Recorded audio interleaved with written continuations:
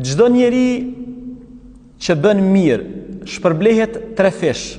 Numër 1 është shpërblimi moral ose shpërblimi i ndërgjegjes.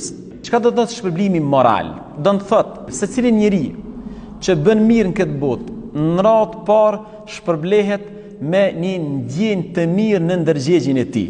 Pejgamberi jon alayhi salatu wassalam e ka folë për këtë lloj shpërblimi dhe në mënyrë shumë të thokët dhe thjesht e ka rumbullaksu këtë kuptim. Nëse e ndjen veten keq kur bën keq dhe ndjen veten mirë ose gëzohesh kur bën mirë, ti je besimtar. Shihni, Hazreti Muhamedi a.s.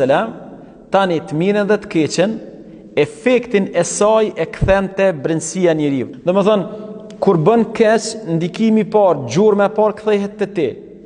Dhe anën tjetër, kur të gëzon e mira, domethënë momentin që ke bë mirë, je gëzu, domethënë është efekti i parë i veprës mirë që në një farforme kthehet te ti.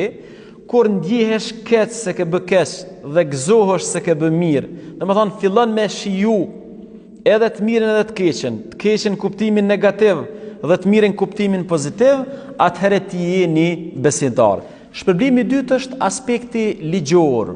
Unë mendoj që zbatimi i ligjit, ndeshkimi i zullumçarëve, ndeshkimi i atyre njerëzve që i shkelin ligjet, në një farë forme është shpërblim edhe për të mirët.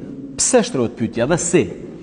Sepse nëse ti jeton në një shtet, në një qytet, ku ka rregulla, ku ndeshkohen njerëzit të cilët i shkelin rregullat, ku faktikisht funksionojnë gjykatat, ku funksionon policia, ku funksionon rendi, i bjen që aty ka siguri, ka qetësi, ka mirëqenie, domethënë këto janë shpërblim edhe për njerëzit e mirë. Prandaj zbatimi i ligjit mos harrojnë që siç e thotë edhe Allahu i Madhëshëm është jetë. E treta është shpërblimi i Allahut të Madhreshëm.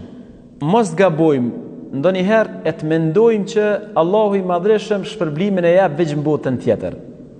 Shpërblimi i botës tjetër është kapital, është jashtëzakonshëm dhe siç e ka thonë Muhamedi a.s.